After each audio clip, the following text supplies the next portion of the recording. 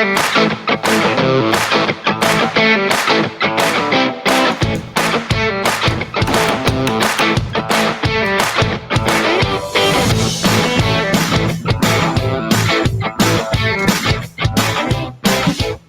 right, good morning, everybody. Keith Engel, TGI Sports Talk, live from East Greenbush, New York, Sunday, October 25th. Lots to chat about today. We're going to, let me just start with a welcome to the groups that I share this to. There's many of them that you've allowed me, the administrators have allowed me to share the show to, and I appreciate that, and I thank you, and I hope you'll continue to allow me to share it. If you get this, and say you're a college football-centric site, you'll have college football on the broadcast. There'll be baseball if I share it to a baseball site. There'll be football NFL football if I share it to an NFL site. Just at different parts of the show. For instance, today we're going to cover the World Series first, college football, then pro football, some news, a look at where we're at in the season so far, and then, of course, my picks live, which last week we improved to 7-7, which was a great improvement over the week before, unfortunately. I want to start a little something new here this week, too. On Sundays, I'm going to start with just a few shout outs for some birthdays that have happened this weekend. Will happen before we talk again on Friday. So I want to wish happy birthday to all these people. Roy Spears, Jimmy Dennis was yesterday, I believe, maybe Friday. Sorry, Jason Carr, Omar Marino yesterday, famous Pittsburgh Pirate center fielder. Ken Schott from the Gazette, his birthday was yesterday. Coming up this week, Art Mormile. And all these people are friends, watchers of the show. Some are some of the guests we've had on the show. So, again, Art Mormile this week, Lance Chase, Lenny Harris, Michael Bull, Pat Combs, shortstop for the Twins and the Pirates, I believe, through his career. Sue Sitchie, happy birthday this week, Sue. Jerry Azar, Jim Montaigne, go Dolphins, hey? Diana Mack, Steve Pachoka, Byron Williams, Oreste Marrero, Bob Sherlock, Margaret Engel, my sister-in-law, my wonderful sister-in-law, all before October 31st. So happy birthday to all of you guys. Moving on. I want to thank my guest from Friday, Ian O'Connor. We had some technical difficulties, which I apologize for. Guys, go back and watch the interview. The video's a little choppy in the beginning. I think I know it was the scroll I tried to use on the bottom of the screen again. It seemed to work when I was doing the interview. It was a taped interview I did with Ian on Thursday night, and it seemed to work fine. And then when I started it Friday morning live, the beginning is choppy. The interview is fine with Ian. It's fine when I come back on to do the wrap up. So there's a couple minutes of weird, I don't know how to say it, delays. Just the audio sounded fine and the picture was not very good. So I apologize for that. We'll correct that problem going forward. Just fix my picture just a little bit. But the Ian O'Connor interview itself, guys, listen to this interview. It's he wrote a book. He's written many books. The one we concentrated on, me being a Patriot fan, was Belichick, Inside the Mind of the Greatest, or the Making of the Greatest Coach of All Time. And it's, Ian had a tough time writing this book because Bill Belichick would not participate, did everything he could to get this book not to be published. He encouraged people not to cooperate with Ian. But he got it done, and he wrote a great book, and there's some great insight in there. So if you haven't seen this book, please go to Amazon, download it, and read it. And he's got some other books too out about Derek Jeter, the relationship, sometimes cantankerous relationship, often friendly relationship with Arnold Palmer and Jack Nicklaus. He's got a great book called Jump, which is about Sebastian Telfair, if I'm saying his name correctly, who is a young NBA phenom and kind of flamed out. And it's really a good story. And he's writing a new book about Mike Krzyzewski, or involving Mike Krzyzewski. I can say that name, actually, believe it or not. The legendary Duke head coach. And coming up Friday, so I want to thank Ian. And coming up this Friday, I've got Billy Martin Jr. We'll see another promo go out this morning regarding just that. Friday, 8 a.m. Eastern Time, live. I'll have Billy Martin Jr. on the show. We'll talk about his legendary father, Billy Martin. And many of you obviously know the name Billy Martin, very polarizing figure. And we should have an interesting conversation. Billy Jr. is really trying to get his dad into the Baseball Hall of Fame. I think Billy deserves consideration from the Veteran Committee. And, Billy's a dynamic figure. You love him or you hate him, I guess. He's a great game technician, had his faults. And we'll talk to Billy Jr. about, what's real and what isn't real in the legend of Billy Martin. And Billy managed many teams. He managed the Yankees 5 times. He also managed the A's, the Twins, the Tigers, the Rangers, and great turnarounds in every one of those situations. And then inevitably, his welcome was worn out. So we'll talk to Billy Jr. about all of that. In fact, he grew up around the game, obviously being with his dad, and his dad being a Major League Baseball manager during his entire youth. So we'll talk about a lot about that. Let's get into today's show. I'm going to start with the World Series. It's just an unbelievable game last night. Game 4, really a must-win for the Rays. They were down 2-1. A back and forth game last night. Lots of runs. There was a record set for half innings. I think. I wrote the number down here somewhere. World Series record: 8 straight half innings with a score. Just back and forth. Lots of scoring. If you like that type of game, it was an exciting game, and the finish was just unbelievable. The Rays down to their last out. They did have men on first and second, and the only man they've got to come to the plate is Brett Phillips, who they picked up. I don't know, the last month of the season from Kansas City. Brett had not had a hit in 23 at bats with the not 23 at bats, but 23 games with the Rays. He was used mostly as a late inning defensive replacement, pinch runner. He had a job with the team. It was not to be up with the game on the line in the World Series. But as often has happened in history of sports in general, an unlikely guy is up. He's got 2 strikes on him. He's trying to stay alive. He hits a little liner in the center where, quite frankly, Taylor should have had a play at the plate to get the tying run. Kiermaier just kicks the ball. Just kicks the ball. Recovers in time. Now, Arozarena is trying to score from first base with the winning run. They've got him dead to rights. He falls down. He's laying in the baseline. They've got him dead. And Taylor hits the cutoff man. And he throws to the catcher, Will Smith, who just whiffs on it. And it goes to the backstop. And Arozarena is able to basically crawl up the home plate and score the winning run. Just an unbelievable finish to the game. That part of the game is very exciting, obviously. And some people are calling it the double Buckner game. If obviously many of you know the Bill Buckner story in the '86 World Series, where the Red Sox did not win because of a ball that got through Bill Buckner's legs. They're calling this a double Buckner, some people I read this morning. I don't know if it's quite that egregious, but again, it was a game the Dodgers had. They got up 3-1. They would have been up 3-1. And the Rays find a way to win with the most unlikely guy you could think of getting a base hit. And the Rays are tied 2-2 and back in the series. I had picked the series, the Rays to win this series. Didn't get to pick it here because I didn't know who was going to be playing. But I can tell you, I picked the Rays. I got to go live, I guess, when I do these picks, my Thursday night picks for the football, and maybe some things that happen when we don't have a show, because I can't do a daily show. I've got a real job. It takes up about 12 hours a day.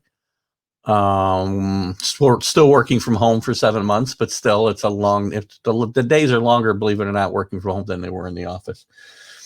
But a couple notes on this World Series so far and last night's game. Last night the Rays, amazingly, they win the game. They struck out 14 times. There's 10 walks in the game total. A total of 16 or 20 or 21 strikeouts. Guys, the game lasted 4.5 hours. Who's watching these games at the end except somebody like me who wakes up in the 8th inning because I've been sleeping during the Miami Virginia game. I'm wide awake now. I can watch the end of the game, but who's awake? These games should not be taking 4.5 hours, guys. Too many walks, too many times. There's nothing happening. Even an exciting game like last night. I mean, 21 strikeouts, 20 strikeouts. If I had the number wrong, I apologize. But throughout the series, it's been the same thing. The games are long. Way too many.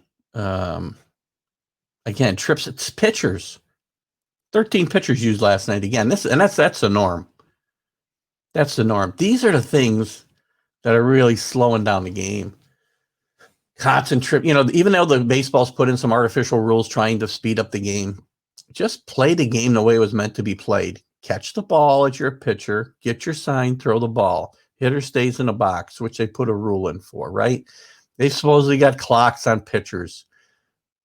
During the COVID situation where all the sports were locked down, I watch a lot of games on YouTube from the 70s, even the 60s.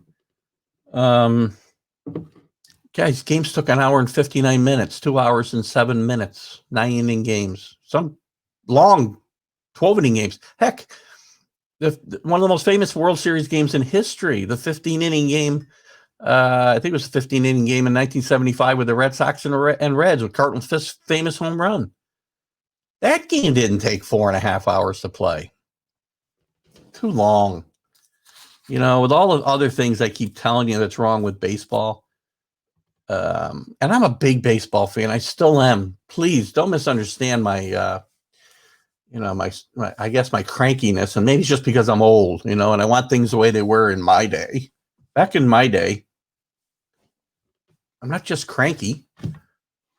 I want to see. Hey, Rick. Good morning, Rick Sherlock. Sorry. Glad to see you here today. Rick, let me know if you're going to make picks with me. We're not going to do the NFL until last, but I hope you'll do picks with me today. What else we got in the World Series? I mean, there's been some good stories. I mean, obviously last night the Brett Phillips story is a great story. That's a fun thing about of sports. There's always an unlikely hero. You've seen Mookie Betts throughout these playoffs. He may have struggled a little bit here. Oh, geez, I got to go back to something too. But he struggled a little bit here in the last couple of games. But Mookie Betts may be the best player in baseball. He may be better than Mike Trout right now. He's really, the Red Sox have got to be kicking themselves. And he's been a great pickup for the Dodgers. Will Smith last night, ironically, a week ago, he's in one of the coolest moments in playoff history, baseball history, because it never happened. Will Smith faced off against his namesake, Will Smith. Never happened. Hit a home run. And then here a week later-ish, now Will Smith's a GOAT in a World Series game because he whiffed. I mean, that's the only way you could look at it, is he whiffed on that relay. The game should have been tied, gone extra innings. Maybe he shouldn't even have gone extra innings if Taylor doesn't boot the ball in the first place, which is why we've got the double Buckner analogy that people are using this morning. Lots of home runs. Again, it goes back to my problem. God, there's got to be. I was looking this morning at the number of home runs hit in this World Series.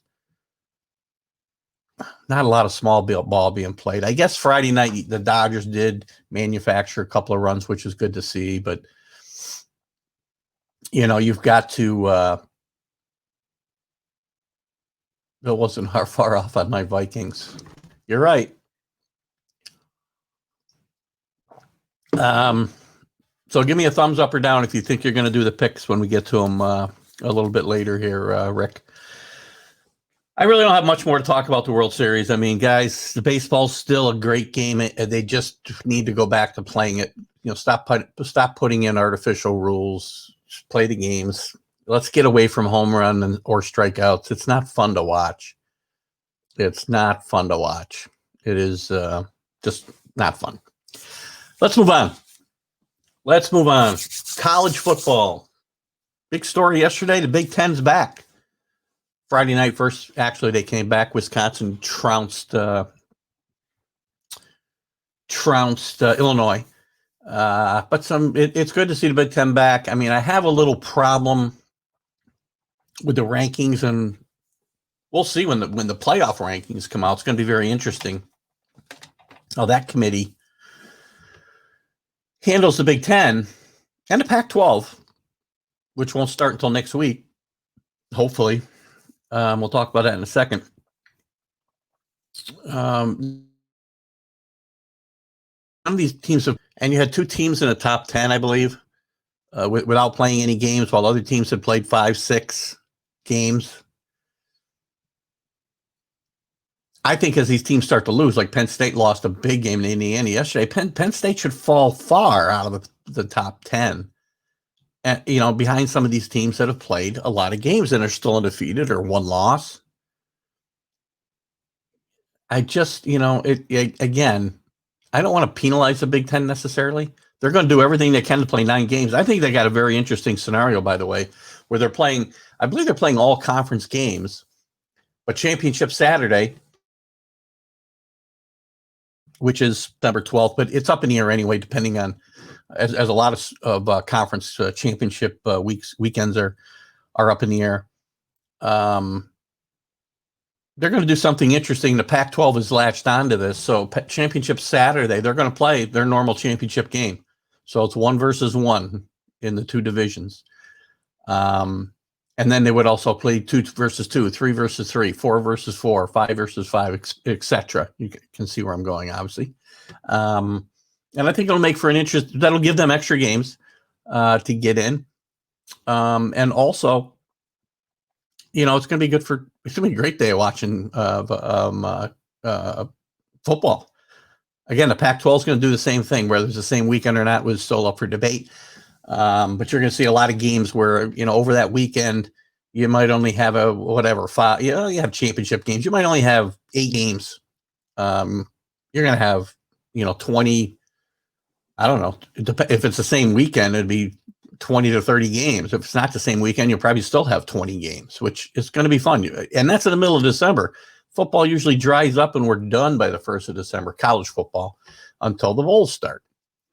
And in fact, I think some of these college championship weekends, there's already bowl games going to be scheduled to be played, not the major bowl games, right? Not that it's going to be affected by championship weekend, but I think it's an interesting concept, and you may see more of this going forward. I think it's revenue for the schools, and next year when they have to make up revenue, they may need to do these things. Another interesting development yesterday, as far as scheduling goes, and this is really cool. It's too bad they can't have fans. I don't know if they can have any fans. We'll find out. That could change between now and the time they play it. But the Army-Navy game normally played in Philadelphia because of the big stadium, and I don't think any fans can be there. They moved the game to West Point, and I think that's awesome.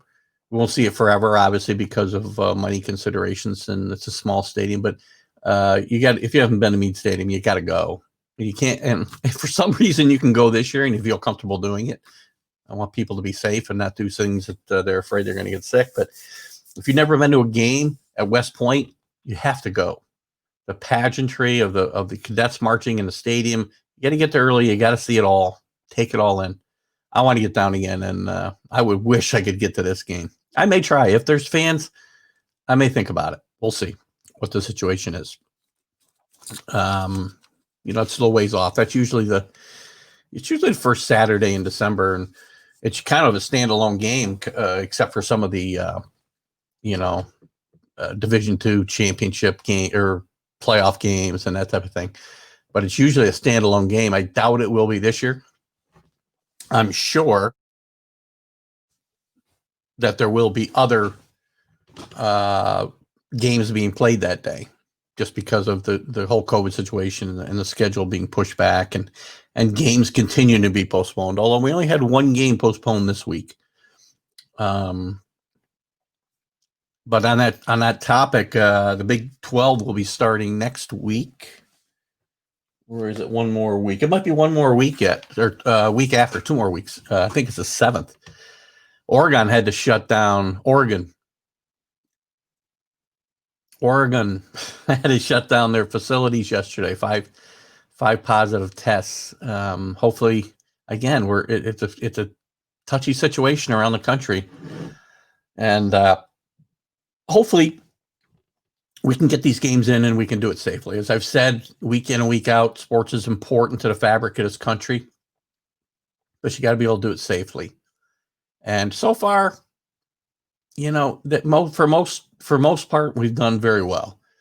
NFL's had a few situations, as we'll talk more about, but nothing. We've had no major breakouts like MLB had when they first started. I think they learned a lot from what went on there.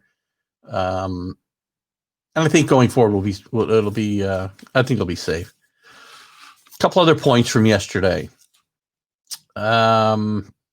Indiana upsets Penn State, as I said, huge win for Indiana. Indiana's got a good football team. They had the best season they had last year in at least 20 years, probably closer to 30.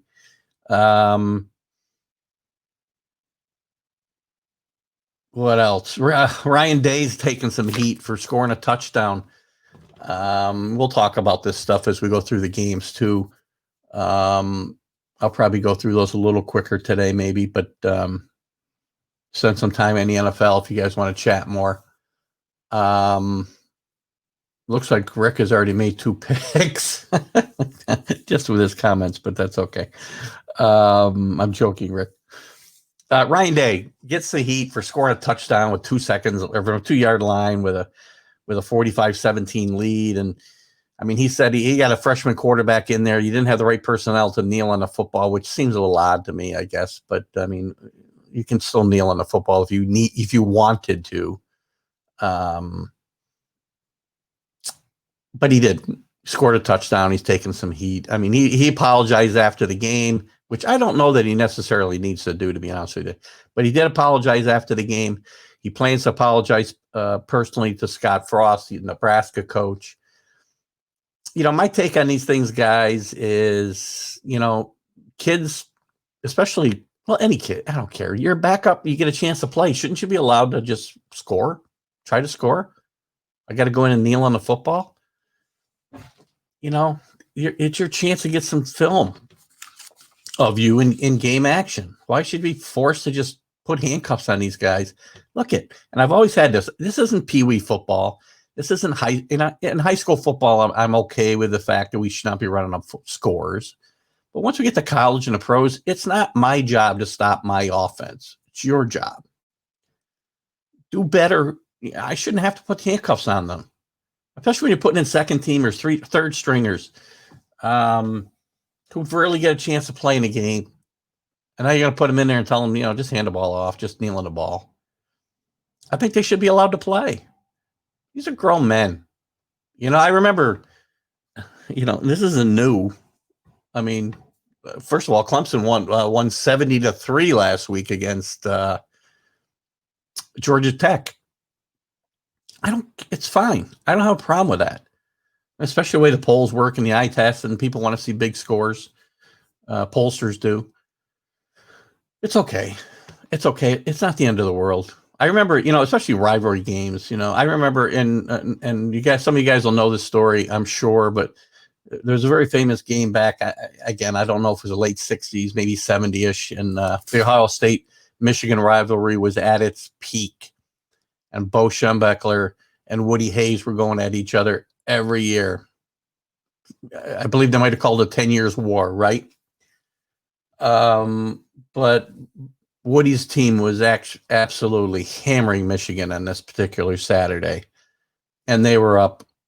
I'm going to make up the score. I don't know. It might have been 50-10. And they had the ball, scored a touchdown to make it 50-10. I don't know if there's any time left on the clock. There's either a few seconds or no time left on the clock. And Woody, in true Woody Hayes fashion, doesn't kick the extra point. He goes for 2. and they get it and they win. Let's just say 52-10. I'm probably off on the score, but that's it. Game over. After the words, he's asked, Woody, what are you doing? Why aren't you just taking the field goal there? Why are you going for 2 points? And he had a classic answer, because they wouldn't let me go for 3. You get in these games and they, let the kids play. I'm okay. You stop me. Not my job to stop me. Sure, a lot of people have a different take on this. They're not professionals. Even in the pros, people get their panties in a bunch when teams run up scores. The Patriots did it during their almost run to history in 2007. But, I'm okay with teams scoring as many points as they need to. So I guess that's it. The rest of anything else I got here, I guess we'll probably cover as we go through the games here. And bear with me because I just lost my place. Where's my week? I should not have been playing around with this scroller. More scintillating TV from Keith Engel. Great job. Here we go. We're getting close. Some interesting games yesterday, guys. Very interesting games. Earlier in the weekend, a couple of Tulsa rolls over South Florida, who's off to a tough start right now. Jacksonville State, Florida International. Jacksonville State beats Florida International, which to me is a bit of an upset, but maybe not. Florida International's not playing well. The big game before Saturday was the kickoff of the Big Ten schedule. Wisconsin just rolled over Illinois 45-7. Wisconsin's really, really good. Really good. I think you're going to be this could be a year that they, again, they're going to have to beat Ohio State. Michigan looked better than I gave them credit for early. This first game, I should say. So we'll see. I think Wisconsin is probably going to have a very good shot at that championship game in the Big Ten. Also, before Friday, UAB had gotten beaten by Louisiana, who's now 4-1. Probably the Raging Cajuns are maybe underrated. We'll see. They're 4-1. Maybe to be heard from, as far as one of the decent bowls. We don't know. Now we move into the bigger games. Saturday, Clemson, number 1, struggles with Syracuse for a long time. That game was like 25-21, 26-21. Syracuse is really giving them a tussle. Trevor Lawrence threw the first pick 6 in his career. First pick 6 ever. It's a pretty good stat. He doesn't throw a lot of interceptions, so but still, they had running away. They scored 22 unanswered points, win the game 47-21. Defense overall, guys, much better this week. Again, you're going to see some teams with 40s and 50s, but it's a good time. Teams really rolling up scores, and the other teams didn't score a lot. There's no 40. There was no 59-52 games and 49-48, maybe 1 or 2, but defense is moving along. And maybe I've been too harsh because, with the whole situation and practice being disrupted and teams not playing for weeks at a time because of postponements and bye weeks and things like that, followed by bye weeks all tied together. Maybe I was being too harsh in the beginning. We'll see if the defenses start to play better. Alabama continues to just put the whipping stick to Tennessee every time they play them. I think they beat them 15 times in a row. I went easily yesterday, 48-17. Game wasn't even that close. Mac Jones with another great game. Mac Jones got himself in the Heisman conversation. Josh Fields is now back for Ohio State. Probably the front runner, even though he hasn't played a game. Played very well yesterday, though. So another great game for Alabama. Yeah, they have got. I can't see how Ohio State is better than Alabama. A lot of people think that Ohio State. Ryan Day pushed for this Big Ten season because he thinks he's got a generational team, which he probably does. But I don't see where they're head and shoulders above Alabama. Bama's loaded on offense. I mean, Nick Saban said yesterday, offense is, the most important factor of the game, which is odd come from Nick Saban. When he came to Alabama, defense was the name of the game. Now it's offense, and that's where they focus. They played some pretty good defense, though, I think, the last couple of weeks when they needed to as well. Notre Dame rolls. There were some questions about Notre Dame's offense after they struggled last week against Louisville, scoring just 15 points maybe. But they rolled against a pretty good Pittsburgh defense, 45-10. Ian Book throws for 312 yards and 3 touchdowns. Notre Dame could be for real. I don't know. They really haven't played anybody yet. They've won big in at least 3 of their 5 games. It's going to be interesting whether they're obviously the NCAA wants them in the playoff, but I doubt they want them in the playoff to get blown out again like they have the last couple times they've been there. But they're playing much better. I missed a boat. I liked them yesterday. They were given 10 points, and I just got scared off by the way their offense played against Louisville, who does not have a good defense, and Pittsburgh does. But yesterday they rolled to improve to 5-0. Nebraska gets hammered by Ohio State, as I mentioned, 52-17. A little controversy at the end of that game that I really don't see as a really controversial thing. Justin Fields, only played 3 quarters, maybe. Throws for a couple touchdowns, no mistakes. Don't have the numbers here, but he probably ran for a bunch of yards as well. Great player, Justin Fields. Watched him in one of the early seasons of QB1. If you never watched QB1 on Netflix, and I don't know when they'll have a new season, but going back and watching the old season, especially I started it after the fact. So some of these guys had already been in college when I started watching it. And what it does is they follow, I think, 3 highly touted high school quarterbacks through their senior years in high school. And it's all behind the scenes, and it's really interesting stuff. There's been a couple of guys. Well, Shane Rattler, I think his name, what's his name? Sean Rattler, I think. Probably giving them the wrong name again. Spencer, what's his name? Somebody help me out. Damn. I'll have to find it when I get to the Oklahoma game. He was on it anyway, the last season that I watched. There probably won't be a new season for a while just because of the COVID situation and high school football teams not playing in most of the country, at least not yet. But it's a great show. It's on Netflix. Check it out. A lot of fun. I digress. Where was I? Oklahoma State. That was one of my bets yesterday. -2.5. We squeak out a 3-point win. Gave up a late touchdown. I had to go back and check the spread. I was afraid it was 3.5. I was going to lose by half a point. Anyway, Oklahoma State is 6th in the country. Doing it with defense. Their offense was efficient yesterday. Spencer Sanders, coming back from injury, had a pretty good day. Threw for 235 yards and a touchdown. Their running game played well, but their defense, interestingly enough, Oklahoma State's always been a powerhouse on offense, and its defense is kind of done for him this year. So great job on Mike Gundy's team right there. We talked about Indiana, Penn State. Huge upset. Little controversy at the end of this game. They were in overtime.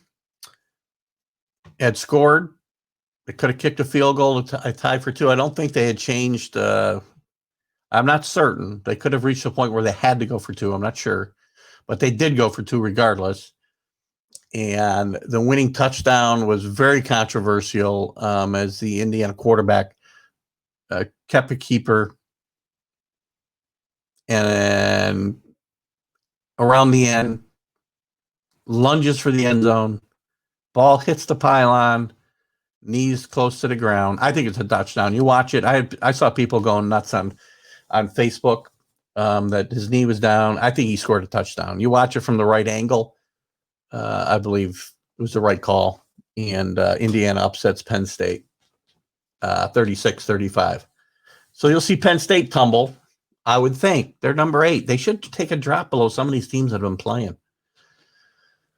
What else we got here?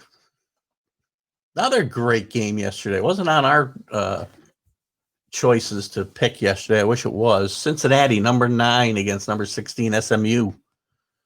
Great matchup in the American Conference. That's a good league. There's some good teams that they beat each other up.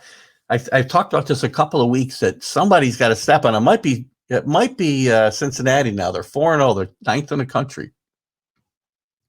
Probably if somebody's going to step up from that group of 5, and then I'll include BYU in that, even though they're kind of playing an independent schedule this year.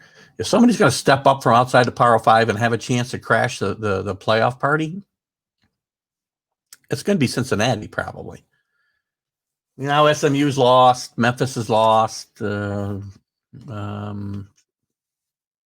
Florida's lost in the American. So this is a good league, and they beat each other up. That's the problem. Cincinnati's got to run the table. Nobody's getting in from that group of 5 with 1 loss. So a really good effort by Cincinnati to win that game on the road yesterday as an underdog. My team, Miami Hurricanes, did not really impress against Virginia. Not a good Virginia team. Bronco Mendenhall had really put together a pretty good nucleus here the last couple of years. Virginia played really well last year, but I think they had a few guys opt out. Derek King played well, 322 and a touchdown, ran for a bunch of yards. Miami wins 19-14, not much of a game. I kind of fell asleep, actually, most of the second half. So I apologize, Hurricanes. That did give me a little rest so I could wake up and see the rest of the World Series game. But anyway, Miami does squeak through. They moved to 5-1, 4-1 in the ACC. They're ranked number 11th, by the way. Number 11. BYU rolls again, 52-14. But again, we're talking about Texas State. The problem with BYU, they're 12th in the country, but they're not going to play anybody ranked, even close to being ranked. Because you can't play an independent schedule this year of all years, and be able to find your way into the playoff, I don't think. Now, North Carolina State in state rivalry. North Carolina with a stinker last week. They go into Florida State at ranked number 5. They probably should not have been ranked that high. And they got beat. Very predictable, to be honest with you. A trap game if I ever saw one. But Carolina comes back home where they're undefeated and they've just blown teams out. They're much better at home than they are on the road. And they beat a pretty good North Carolina State team. Came in 4-1. And they beat them up pretty good, 48-21. Sam Howell with a nice game at quarterback. And Javonte Williams for North Carolina State ran for 160 yards and 3 touchdowns. Who knows? Maybe one of these running backs is going to separate themselves a little bit and get into this Heisman race. We talked about the kid from Clemson. I can never say his name, and I apologize. Antonine. I'm going to say it wrong again. Scored 3 touchdowns yesterday. Only ran for 83 yards, but he's going to be in the conversation. One of them probably get invited to the final. If there is a Heisman presentation this year, he'll probably be one of the finalists that gets invited. Disappointing showing by Minnesota yesterday. Michigan, who I'm kind of down on a little bit, goes into Minnesota as a favorite. Loved Minnesota, to be honest with you, getting 3.5 at home. Minnesota had a great season last year. They got a lot of guys back. They had a great head coach. But they get just run over at home, 49-24. The new quarterback for Michigan, who was a big question mark, Joe Milton, played very well. But it was all Michigan all day. I mean, they got ahead early, and Minnesota just could not play from behind. So disappointing effort there. 1-1 on my wagers yesterday. Wake Forest beats Virginia Tech. Again, Virginia Tech ranked 19th, falls to 3-2. Not going to be easy for them to get to the championship game now. Kansas State lost to a I can't remember who they lost to. Who did they lose to? Let me see if I can pull the schedule up quick. They lost to Arkansas State 35-31 back on September 12th. But since then, they've gotten into the top 25. I'll give you the ranking in a second. But they beat Oklahoma. They beat Texas Tech. They beat TCU. And now they rolled over Kansas, who's not very good. Rolled over them, let me see, 55-10, I want to say. I got to get back to this game. 55-14. Sorry, they're ranked number 20 and moving up. Kansas State is for real, guys. You know, that whole Pac-12, I'm not Pac-12, sorry, Big 12, kind of upside down. Oklahoma's still in play. Oklahoma State's in the driver's seat. Kansas State, is 4-0 in league play. It's going to be interesting, and some of the yearly plowers are not really going to be in play probably here. Marshall rolls over Florida Atlantic. Marshall, always underrated, 5-0, moves into the top 22 or top at number 22 into the top 25. Very underrated team. 5-0. Coastal Carolina, 28-14 yesterday over Georgia Southern. Not a big game, but Coastal Carolina is playing well. Another one of those sleeper teams that might get some love into one of the more prestigious bowls, let's say. Army, I keep touting Army every week. They only played Mercer, but they're 5-1.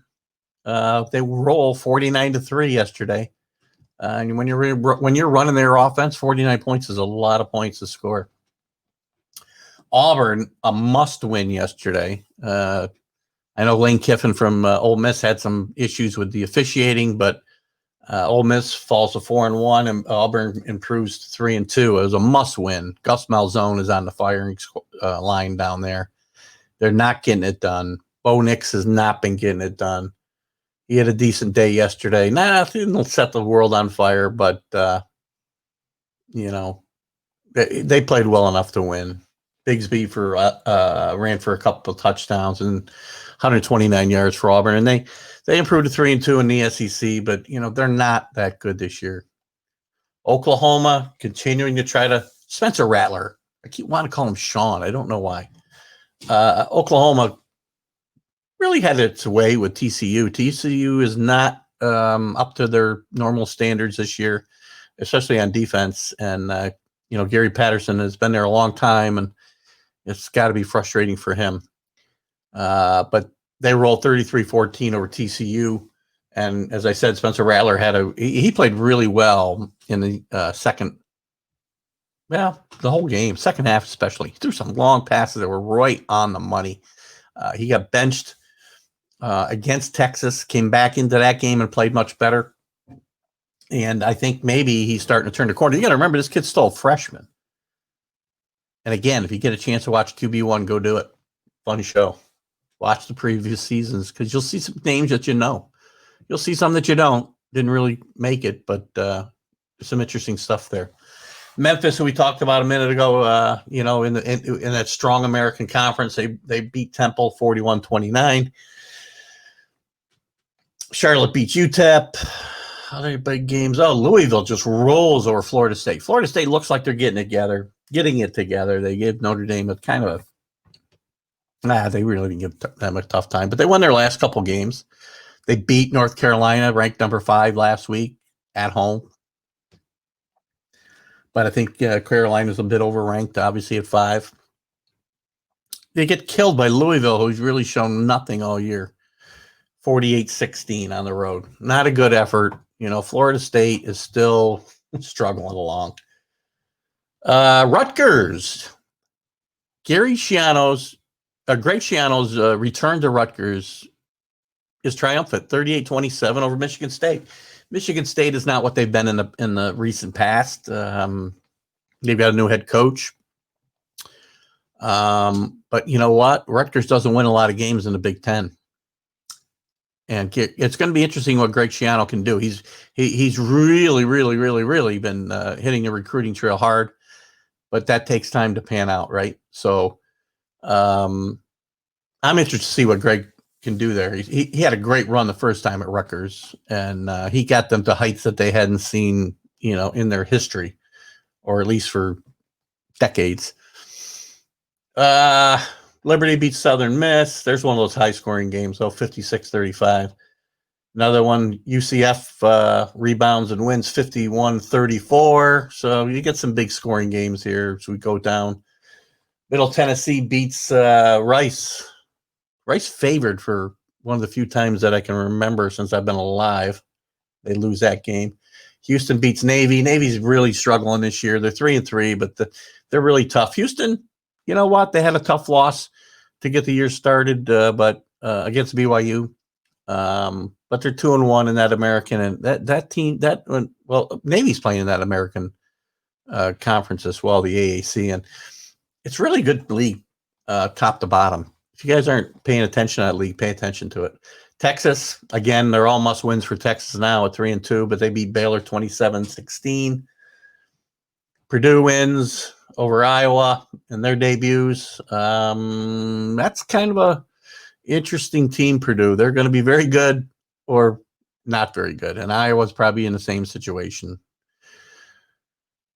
Georgia State beats Troy. BC rolls over Georgia Tech. Georgia Tech, a week after, BC I liked a lot last week, then getting beat pretty badly. And Georgia Tech got beat by 70 against Clemson. So Georgia Tech's just not any good this year. And they lose to Boston College at home, 48-27. Western Kentucky beats Chattanooga.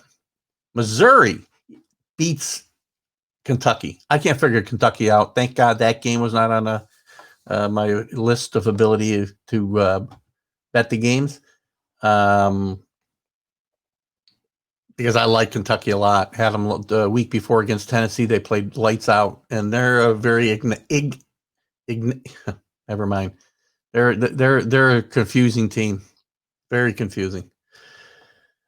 Texas Tech rolls over West Virginia in the Big 12.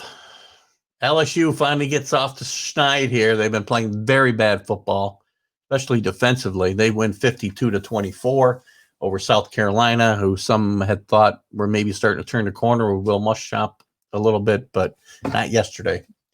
LSU kind of rights the ship, and they needed it badly. South Alabama wins. Boise State wins over Utah State. Nevada over Wyoming. Rest of these games. Northwestern rolls over Maryland in their first games in the Big Ten. Northwestern's always an intriguing story within the Big Ten. Maryland is just falling on really hard times. It's just, not a good time for Maryland in the Big Ten. A lot of these schools, Rutgers, Maryland, they move into the Big Ten. They got really no business being there. They can't compete year in, year out with these guys. Maybe Greg Schiano can make something happen at Rutgers, but he's going to have a hard time competing for conference championships in the Big Ten. Just a fact of life. San Diego State rolls over UNLV. San Jose State beats Air Force. The game I probably should have played yesterday. I really wanted to, and I was sleeping and didn't wake up in time to put the game in. It was one of those late. One good thing is we got some late football back as well. And then we had one postponement, Colorado State and New Mexico. So, guys, there should be some shakeup in the rankings this week, probably. I mean, will there be an upset? I don't know. Penn State's going to fall, obviously. You had buys. You had Georgia on a bye. You had Florida on a bye. Now they're 2 weeks off. Let's see what happens when they come back. They had a COVID situation with a game postponement last week. It's caused some teams some problems. So probably not a huge shakeup other than Penn State dropping, and I think they should really drop a lot. And Indiana's going to move up. They weren't far from the top 25. They had a really good team last year and a good finish last year, and I think they'll be moving up. So that's going to do it, I think, for the college scene. I really don't have much else to talk about there. We're hitting the meat of the schedule now. It's going to be fun the next few weeks. Let me catch up on this little argument or conversation. We won't call it an argument that Rick and Billy got going on. The difference between most teams is the Jets aren't competitive. Good point. I think Billy's talking about how many wins he had last week. Oh, I'm sorry. Billy's talking about the teams with more wins than I think the Vikings. All right, you guys are Dr. No Gas. No gas? No gas. All right. Anyway. All right.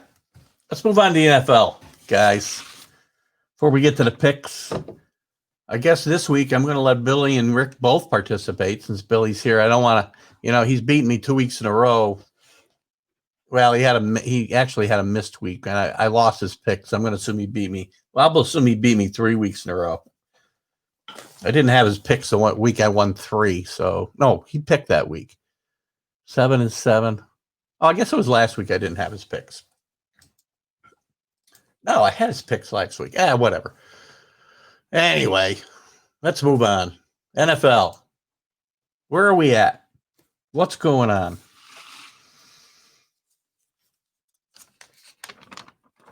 Took no notes for the NFL. Awesome.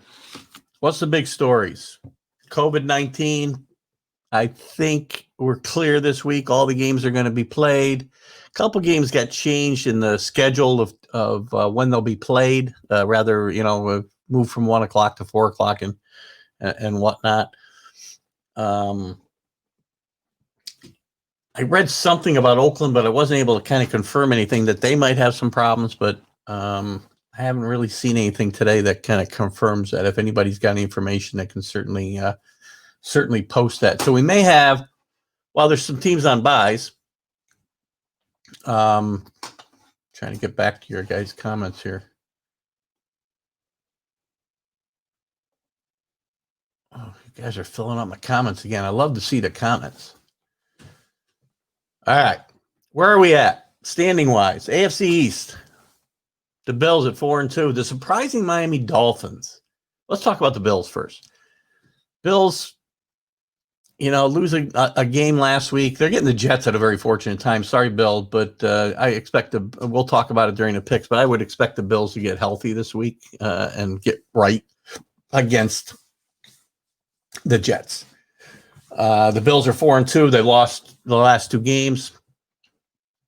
And the Dolphins are kind of looking at their heels right now, 3-3. Dolphins are playing really good football, make an interesting change to bring in Tua as their starter and bench Fitzpatrick, who's not happy. I mean, everybody talks about him being a great, teammate, and he's going to step aside graciously. Well, he's not stepping aside graciously.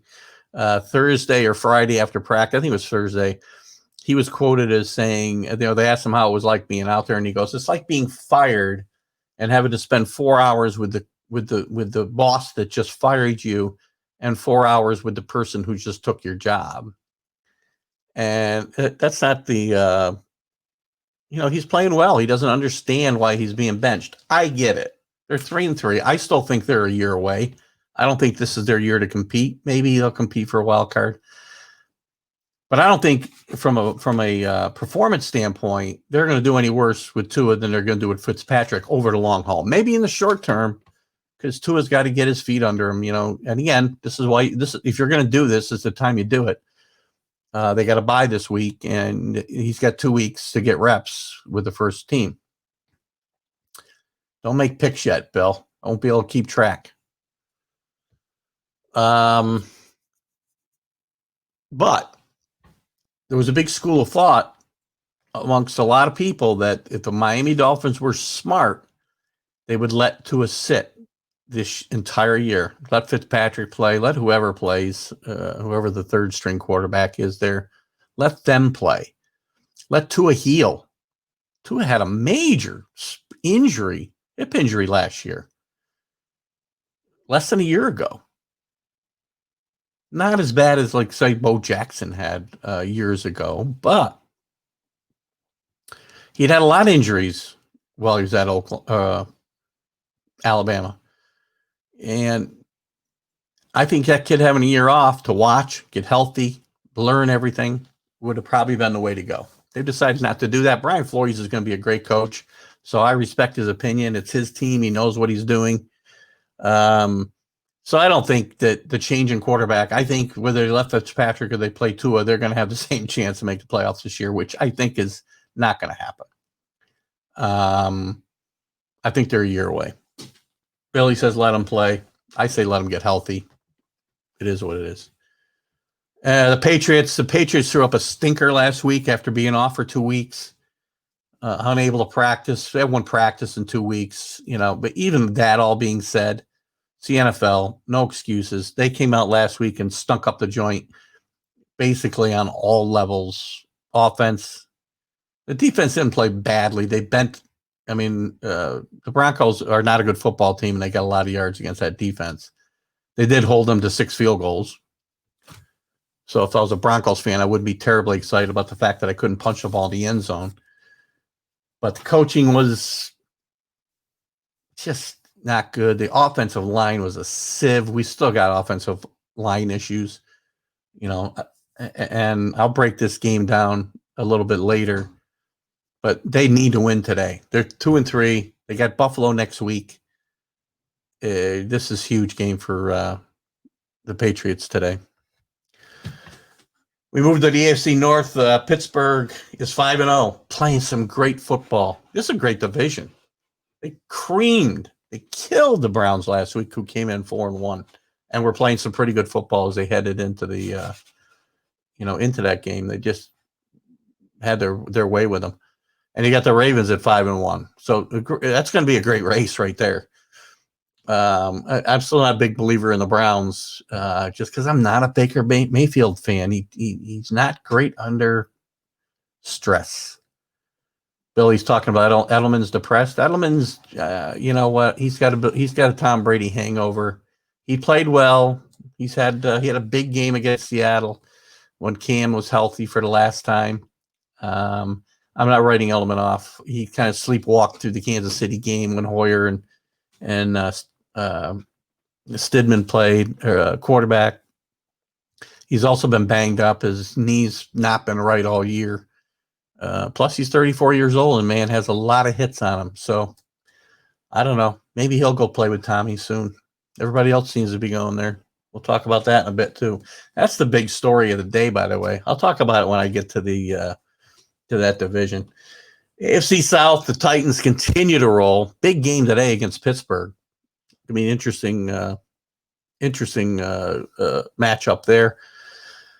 Colts continue to defy the odds. It's the defense is what's going to win, I think, for them. Phillip Rivers played better last week, but I still think Phillip Rivers is probably done. As a winning quarterback in the NFL.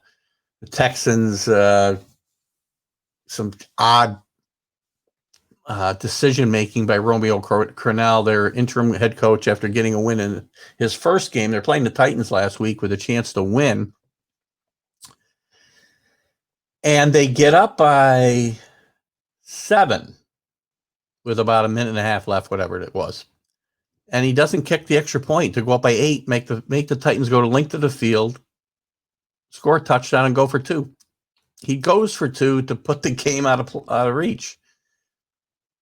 Probably not the best decision. In hindsight, maybe.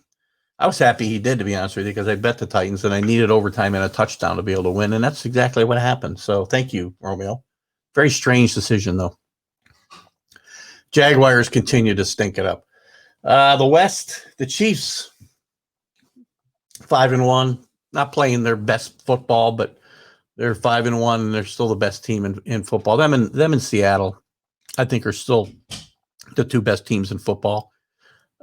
Pittsburgh obviously is giving them a run right now. Tennessee is going to give them a run, but we'll see where that comes out. Excuse me. The rest of that division, the Raiders are 2 up and down. They're 3-2, but they beat I don't know. There's something missing there. I don't know what it is. Broncos 2-3. We talked about them. Sorry, guys. And the Chargers 1-4. You know what? They're better than that, though. I think the Chargers are an interesting pick today. We'll talk about that when we get to the picks. Billy, I'm going to bring you as the co-host, man. You're commenting every time I say something here. Love the coach. Which coach? Chargers coach? I'm moving on to the NFC. And, God, we got to start with the NFC least. Oh, my God. How bad is it? The Eagles, who won a game Thursday night they had no business winning. I mean, the Giants actually could have been tied for first, I think, if they'd won that game. They were up by 10. I don't know how much time it was left, 4 minutes. That's a game good teams win. Philadelphia finds a way to win, and they lead the division at 2-4-1. Oh, my God. The Cowboys at 2-4. The Redskins have won one game, and they're a game behind. Both are sort of Giants, so they're in the hunt. They're in the hunt. Oh, Pete Carroll. I agree. Just to talk about this for a second. We'll wait till we get to the NFC West, Bill, and I'll comment on your Pete Carroll comments. I got a couple things to say there. NFC North. The Bears are doing it with mirrors, smoke and mirrors or something. They're 5-1. Defense is good. They got a great. I think they got a great linebacking core. They don't have a great quarterback, though. Nick Foles is a good game manager. He's now the starter. But they're 5-1. We got an interesting game this week as well. Packers looked horrible last week. And everybody's going to have those games, as I said, but their defense was a sieve last week against the ageless Tom Brady and the Buccaneers. The Lions with a big win last week are 2-3. Matt Patricia needs all the wins he can get. He's in trouble there. And the Vikings are 1-5. And I got to believe, Rick, you can speak up here if you want. I got to believe Mike Zimmer is in trouble. Too much talent. Too much talent. No matter how bad, we think Kirk Cousins is. Well, I don't know that he's bad. He's just Kirk Cousins. He's not Tom Brady. And they've given up 192 points. I think it's the worst defense in the league. Mike Zimmer's a defensive coach. You can't be a defensive coach and give up 192 points in 6 games. Can't do it. The South, Buccaneers get things righted. It's going to be close. It's going to be a good division, I think, and a good race between possibly 3 teams. The Buccaneers, the Saints, who are, Drew Brees is not Drew Brees right now. Maybe he can straighten it out. Maybe there's other issues that I'm not digging into here. But Drew Brees just does not he looks like a shell of himself. And I hope he gets it back together because I like Drew Brees, but you may be seeing the last of him. Tom Brady played great last week against the Packers, and I'll touch on this a little bit. If you haven't seen my interview with Ian O'Connor from Friday, go back and watch it. Again, I apologize for the technical glitches in the beginning, but the interview is good. I recorded it on Friday night, and we ended up with a few glitches. I'm sorry, Thursday night. We ended up with a few glitches Friday morning. But anyway, we talk a lot about his book, Belichick, the Patriots, Tom Brady, all their relationships, the Belichick, Kraft, Brady dynamic, and a bunch of other things. And he talks about Tom Brady a lot.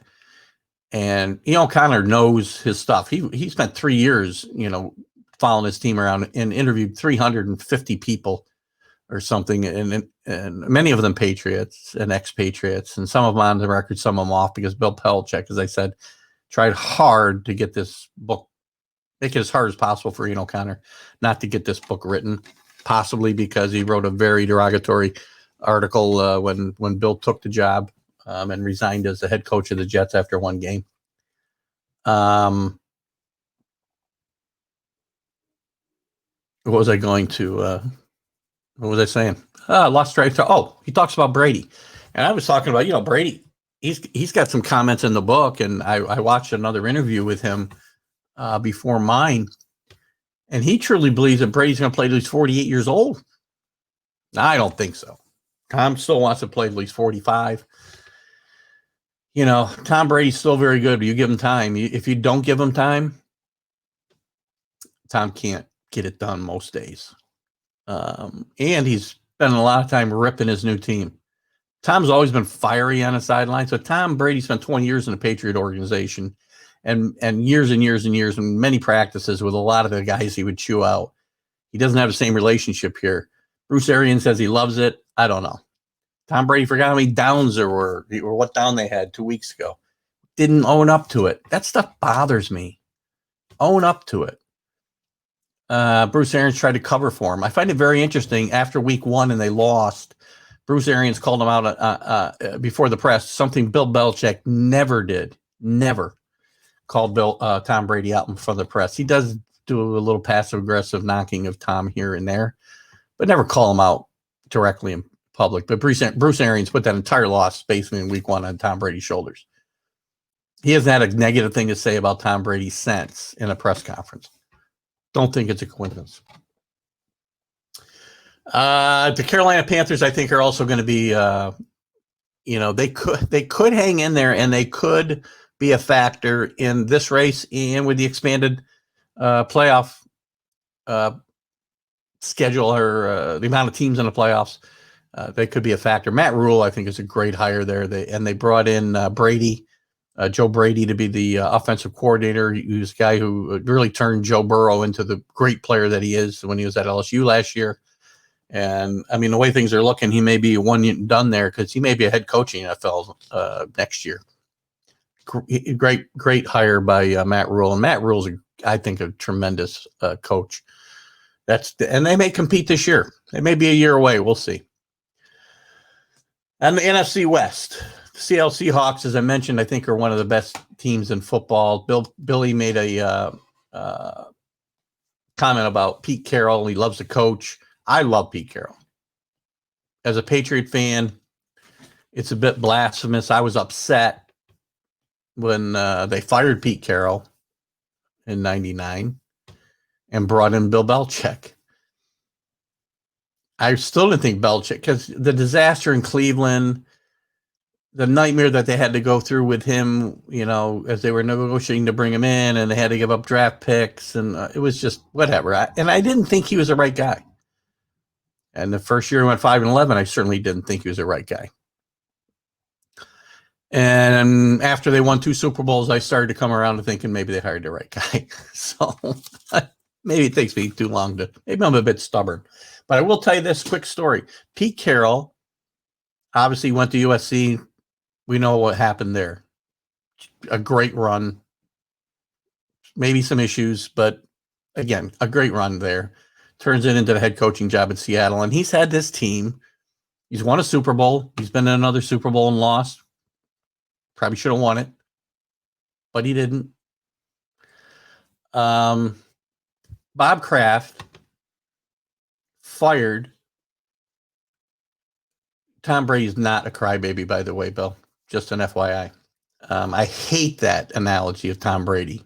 Tom Brady's passion has nothing to do with being a crybaby. Nothing. Remember that. I'll always defend him on this. Back to the Seahawks and Pete Carroll. Bob Kraft says the worst mistake, and this is after winning 6 Super Bowls with Bill Belichick, the worst mistake he ever made was firing Pete Carroll. And I don't think it's a knock at Bill Belichick. Maybe it is. Maybe that's his way of, passively aggressively saying, well, Bill, whatever. He's not a baby either. I'm going to have to come to your house and slap you around a little bit later. Anyway, Pete Carroll's a great football coach. And I've always felt that, he gets a bad rap for the call at the end of the Super Bowl when the Patriots beat them, but I still think he probably made the right call. Everybody's expecting a run. And they don't have any more timeouts, so if they run the ball there, they got to throw the ball somewhere the next 2 downs. If you don't score that next down, you got to throw the ball 3rd down anyway. I still don't think it was a bad call. Anyway, the rest of the NFC East. Cardinals still surprising. They did get the Jets yet last week, so it was kind of a bye win, but they're at 4-2. The Rams are at 4-2 after losing to a 49er team that we were starting to write off last week. Jimmy G didn't play well the week before. Got benched. Probably bought him back too soon. But he played really well last week. No interceptions, 3 touchdowns, 300 and some yards passing to defeat the Rams. Again, it looked like they were not going to win that game on paper, just on the way they had played. They're getting healthy now, and the Patriots have a huge game against them today.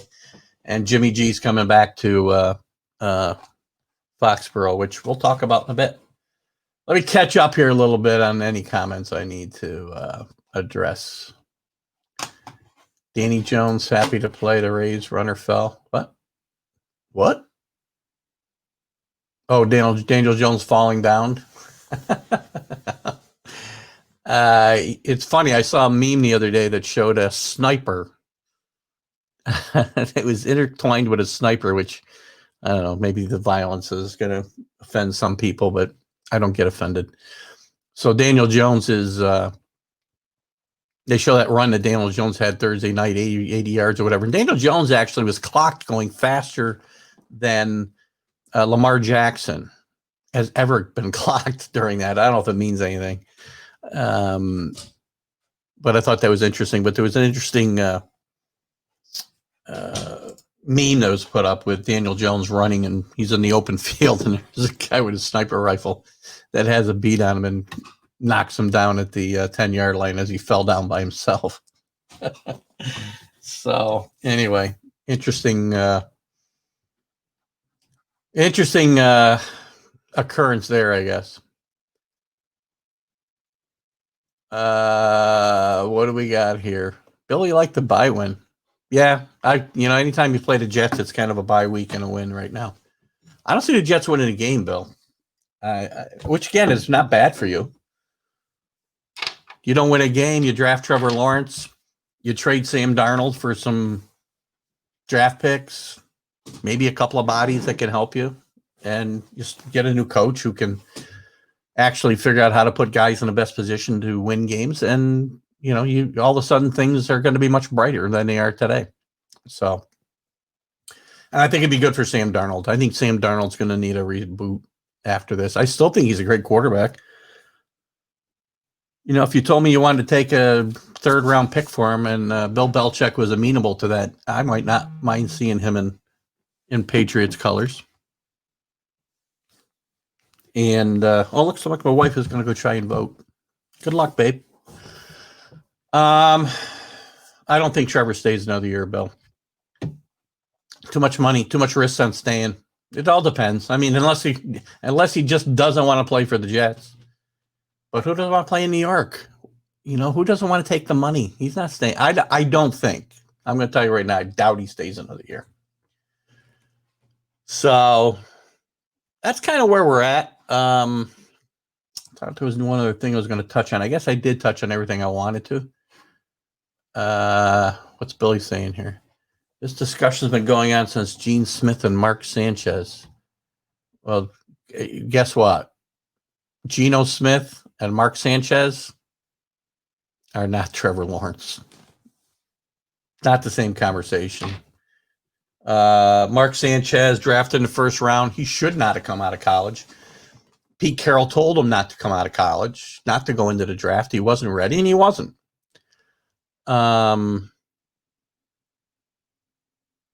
Geno Smith was drafted in the 2nd round. He fell a long ways. He had a great career at West Virginia, but he's not Trevor Lawrence. This guy's a generational player, guys. And if you don't want him, find a way to trade him to me, because I do. I wish we were tanking for Trevor. That's what my buddy Mark wanted to do. Let's win no games. Get Trevor Lawrence. But that's not the mentality of the Patriots. We try to win every year. So anyway, I get your thinking there, Bill, but again, this is a great player, tremendous football player. Needs a haircut, but I guess that's not really relevant to his football acumen. Okay. Before I move on to the picks, who am I picking against this week? I got to change my page here, guys. I got a really late start this morning. I didn't even get to write my picks down, so we're going to do them as we go. I have reviewed it.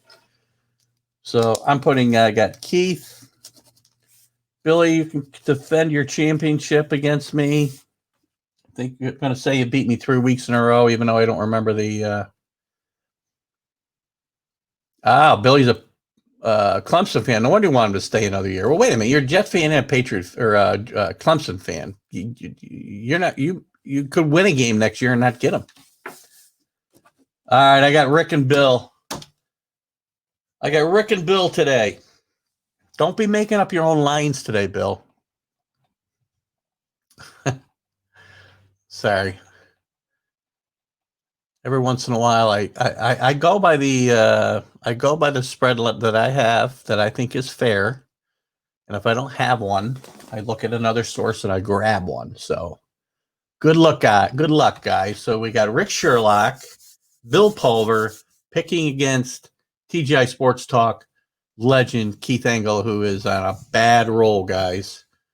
Where's my record? Hold on.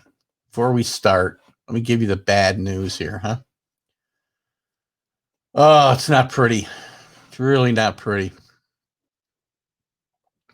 Last week, Keith went 7-7. Billy went 8-6. You don't want to pick against me. I got to find the post I put up, Bill. Got to be after this. Got to be before that. Oh, it's got to be before that. There we go. Pick 6, or week 6. We're into week 7. Keith and TGI Sports Talk 7-7 on the season. I'm 43, 46-2. Not very good. I haven't kept Billy's season total. Bill, if you got it, I'll be glad to post it, I guess. But since we don't pick every week with the guest pickers, I really don't keep their season totals. So probably not. It's probably best not to do it. Rick won't have one anyway. So again, that 3-12 in 1 week or whatever it was, just absolutely destroyed. I got off to a very good start. Fortunately, last week, by the way, Sherlock and Holmes. Forget the morning line, Bill. I got my line. Kidding. Hope you know I'm kidding. I'm not kidding about if that's your record, that's good. 28. Bill says he is 28-4-1. So that's 24-18-1. 2. But I'm guessing that's, the games, the weeks that he's actually picked, because obviously I've got more games in there. But that's a good job in the weeks that you have picked. I will tell you, fortunately, even though I was 7-7 last week, I did go 3-0 in the games that I actually had some shillings on. So we had an undefeated week last week in college and pros of the games that we bet. So that's not bad. All right, let's get started, guys. It's 10:18. Welcome. For those of you who might have just joined us, we're going to do our NFL picks now. TGI Sports Talk is on a bad roll and is going to turn it around this week. I'm going to win 75% of my games, my prediction. Okay, we start with the Seahawks at the Cardinals at 8:20 tonight. Some of these games have been moved around. That game could have been moved. I'm not positive. So the times, I'm not looking at today's lines. I've got some stuff that I've been working on since yesterday. So if that game's been moved, that's fine. The line is 3.5 at the Arizona Cardinals. Cardinals have played well. Seattle's not exactly running away with games. They're winning, obviously, and I still think they're the top 2 teams in football. And their defense is not as good as it's been. So, their point differential, the Dolphins have a better point differential than Seattle right now. So, to give you an idea how close they're playing games. And it's really a bad idea for a defense to keep games close when Kyler Murray's on the other side of the football. And they're one play away from scoring, it seems, all the time, the way they play that offense. And they beat the Cowboys last week, and the Cowboys obviously are without Dak, but they still have Andy Dalton. It's not like they got I don't know. Give me a bad quarterback. Nick Foles back there. Both teams can clearly score here. I'm going to take at home the Cardinals plus 3.5. What do we got, guys? Rick's on the Cards. Billy's on the Seahawks. We knew that. It's going to be a great game. We don't, if it stayed at 8:20, I think we got it. I don't know what I thought I heard something this morning, and I wasn't able to follow it up, but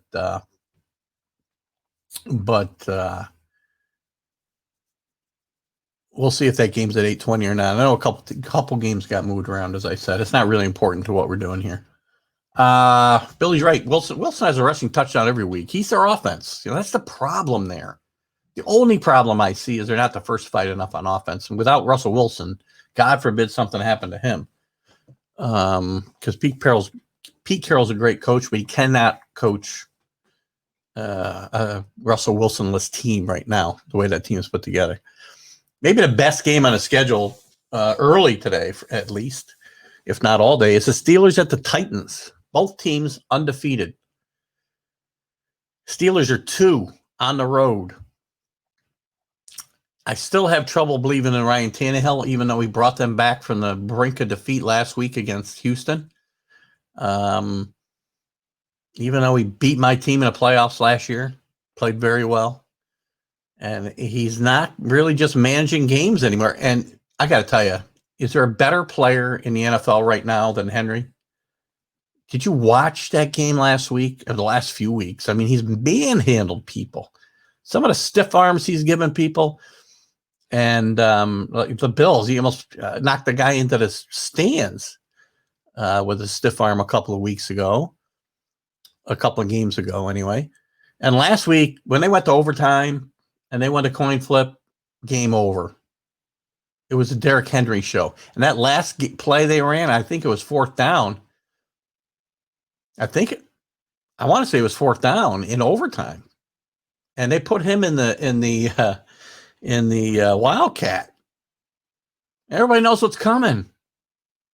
Nobody knew. Everybody knew what was going to happen. And he's a monster. I haven't seen a player like him since Earl Campbell. Reminds me a lot of Earl Campbell.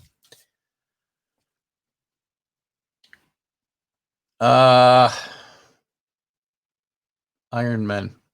What does that mean? Oh, Pittsburgh. Billy's taking Pittsburgh. I haven't made a pick yet, have I? Rick is taking Pittsburgh. Keith, after all that build-up for the Titans, is taking Pittsburgh. We're all on the same team. -2, by the way, guys. -2, Pittsburgh. Hard to believe Tennessee's not favoring that game at home. I got to take down your score here, Bill. It's irritating me. Where is it? I got to find it and take it down. All right. Anyway. Stop it. 2. All right. Where are we next here? Green Bay at Houston. Packers 3.5. Coming off a horrendous game. One of Aaron Rodgers' worst games. I mean, I saw him last week. I rarely have seen this look of defeat on Aaron Rodgers' face. And last week he had it against Tampa Bay. And maybe it's just one of those games, because Green Bay's been rolling over people. And I think they're just too good not to bounce back here. I don't think that, obviously they're playing Houston, so it's a lot different than the Buccaneer defense. But I can't see that they don't bounce back here in a big way. So I got the Packers -3.5. We got Billy with the Cheeseheads, Green Bay. Rick sadly takes the Packers. I know you want to pick against them, but you're going to use your head. All right. The aforementioned Tampa Bay Buccaneers at the Raiders. Interesting. They're -3 on the road. A lot of road favorites lately. I don't know, man. It's amazing how many road favorites there are in both college and in the pros these last few weeks. So the Buccaneers are 4-2. The Raiders are 3-2. Raiders beat the Saints at home. So there's a potential for them to be in this game. Problem is, Derek Carr still finds ways to fall apart at big moments. Tom Brady is providing that level of leadership that Tampa Bay was looking for. And in this situation, I think Bruce Arians and Tom Brady find a way to beat John Gruden and Derek Carr in this game. So I will take the road favorite again. God, I want to find some road dogs. Oh, I got one. Arizona already. Rick's on the Bucks. Phillies on the Raiders. All right. I would say a bold pick, but, it's certainly within the realm of possibility that, no, +3, Bill. +3. +3. It's not without the Raiders could win that game. It's certainly not out of the realm of possibility. Kansas City Chiefs at the Broncos. 425 game. Chiefs are 9.5-point favorites on the road. Drew Lock is back for second week in a row. He'll probably be better than he was last week with a little rust off it. He's only he and Colin Kaepernick. Here's an interesting stat for you. Only he and Colin Kaepernick they're the only first or second year quarterbacks to ever go into Foxborough and win a game since not ever, but since 2001. 19 years. All the other starters, including Patrick Mahomes, were 0-40. Bill Belichick. This is going to come into play in my pick, I think, with the Patriots, but we'll see. We'll see. Kansas City is again not playing great. They added Le'Veon Bell, which I don't think is really going to, affect them one way or the other. I don't think he's the player that he was. I don't think he'll ever be a player that he was. A lot of points to give up on the road. And I'm going to actually take the points with Denver here. Too many points. +9.5. Horseman. What's a horseman? Is that the Broncos? Okay. Sorry, Bill. Sometimes my brain doesn't lock in. Rick's on the Chiefs. He'll take the chalk. Well, here's my game of the day. 425 today. 49ers at the Patriots. National TV game on CBS.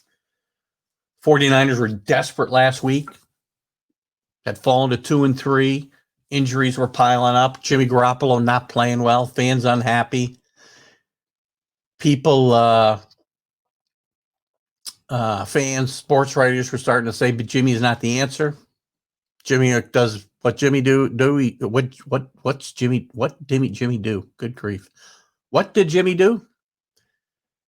Just comes back and beats the Rams, who are favored. Has a tremendous game, and now he's coming home to play a Patriot team that is a bit in disarray. No, the Patriots are -2.5, Bill.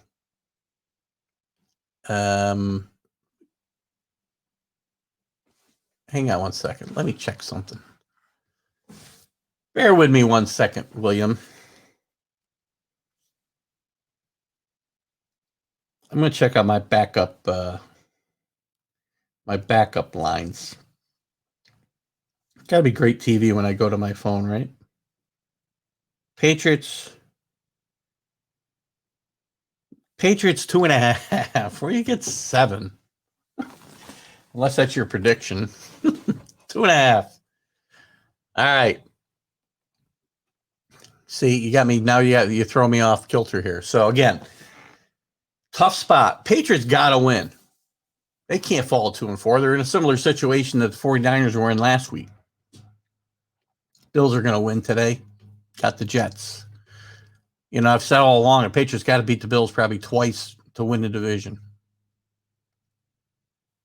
They're banged up. The offensive line is horrendous.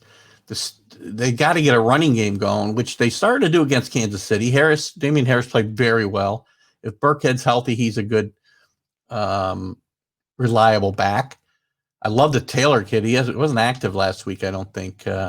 Little kid, he's 5'5" or something. Number 42. Watch him. Reminds me, if you guys are old enough to remember or follow the Pats at all, Mac Heron back in the day ended up going to prison for running drugs, but that's a different story. But Mac Heron was only like 5'4". Great player.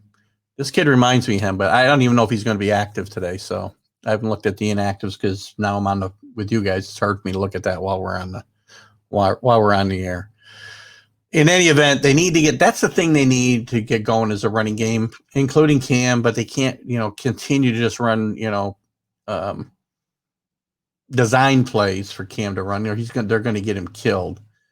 But they need to be able to run a game because play action is the only way that they're going to get guys open. They got a bunch of wide receivers that just cannot create separation on their own. So you've got to run pick plays. You got to run interesting things. I keep waiting for N'Keal Harry to break out. He doesn't do it.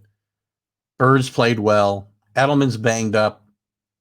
But I see them having a big game today. Rick mentions West Coast teams struggle crossing the country. I always, that's one of my theories. Stands more for the 1 o'clock games though, because 4 o'clock's a little bit. It gives you a little more time to kind of get your body adjusted to, the time zone you're in. But it still holds up. Historically, teams have trouble traveling west to east. So I wish this game was at 1, to be honest with you. But I think it's a big game. And here's the other thing: the 49ers are getting healthy. Mostert's getting healthy. Kittle's back and probably at full strength, if not close to it. Bill Belichick said today that he's the best tight end in the game today. And if you watch him play, he kind of reminds me of a littler Gronk. So anyway, must win for the Patriots. I'm on the Patriots, which of course I'm never going to be off them anyway. Where's our picks? Pats for Rick. I didn't make any excuses. Where did I make out? Did I make an excuse there? I said the team stinks. I said the offensive line is in disarray. None of those are excuses. You got to get it together. They're not in disarray just because of injuries and such. Everybody has injuries. They're not playing good. The excuses are the reasons that they're not playing well. They're not excuses. You can't win. You can't have a successful passing game if you got wide receivers who can't get open. And right now they cannot create separation to get open on their own. Not excuses. I'm very upfront when my team stinks. I said last week they stunk. Yeah, they had one practice in 2 weeks. You can use that as an excuse. I don't. You still come out and play a lot better game than you did that day. You should be able to beat the Broncos without practicing at all at home. Okay, Billy's on the 49ers. Sorry, I'm a little cranky this morning, right? Well, if you saw, I did my live promo from Druthers trying to drum up some sponsorship, so I need coffee today. I have fun doing those little cut-ins. Maybe I'll do the show live from there one day, see if they'll let me do it. We'll do a show during the games or something. Think that's fun or not? As I move on to the next game, make sure I didn't miss one here. Bills at the Jets. Bills minus 13. Make up any line you want, Bill. They're not going to cover. Josh Allen's going to get healthy here. I mean, or not healthy, but he's going to get right, I think, easily today. The Jets got nobody to stop Stephon Diggs, along with John Brown and Cole Beasley. Bills are tough. Bills defense will probably get healthy. Again, not get healthy. When I say healthy, I mean I think they'll get it right today against the Bills. I'm sorry, the Jets. So I see them covering this 13-point line pretty easily. I'll give you guys maybe at the end, once I get through here. I'm not sure where my picks are money-wise, but I'll give you an idea who I'm leaning towards. Bill, did you make a pick? Where are you? Jets. Nice pick, Jets. I can't find Rick's pick, but I'm got to assume he's taking the. I don't see your pick, Rick, but can I assume you're taking the Bills? I'll wait for your comment. I will. Jets coach last game. That's probably a good call. Gassing it up. I don't know. Gaze is just, that guy, bad fit for the team. Bad fit. He's just not a good head coach. He was a great offensive coordinator. He did some. He made Jay Cutler look like a professional winning quarterback for a couple of years in Chicago. But and he also in Denver. He was a great offensive coordinator. But some guys are just great coordinators. Most of Bill Belichick's coaching tree has been great coordinators and bad head coaches. I talked about that with Ian O'Connor on Friday. And, the record is not good. Nick Saban is his only coaching, and that goes back to Cleveland. He was only there a year, I think, because, they didn't necessarily see eye to eye on things. Although, they're professional friends today. They brainstorm with each other, ideas and such, but he's the only guy, and he barely can count him as his part of his coaching tree. So I digress. Bills, and Jets for William Pulver. Another interesting game. Carolina at the Saints at 1 p.m. Saints are 7.5 at home. Saints have not been themselves. Drew Brees has not been themselves, and maybe 40 years old. I'm just trying to read the notes here. Whose father made him a millionaire, Bill? He knows cable TV and not football. It's the owner. Oh, we're talking about Williams? I'm sorry, Johnson? I guess we're talking about. If that's the case, it's the owner. Fill me in there, Bill. It's the owner. He knows cable TV and not football. What's their relationship with the cable TV? As I go on back onto the Panthers game, they're going to need Kamara to carry the team. I think this week and maybe the rest of the year. I don't know. It's a lot of points. The Panthers are playing well. I've already told you about my love for Matt Rule and what a great coach I think he is, and Joe Brady, bringing that offense to life. With Teddy Bridgewater and Robbie Anderson, right? The ex-Jet. Yeah, I guess they could use him now. Chris Matheson, don't worry about Drew. Chris, welcome to the show today. Chris is a great, huge Saints fan, and he tells me not to worry about Drew, but I got to worry about 40-year-old quarterbacks, whether they're mine or somebody else's. Go visit Chris. I don't know if you guys are still open at Hill Mills, but Chris is the golf pro at Hill Mills. So welcome to the show. Glad to see you here.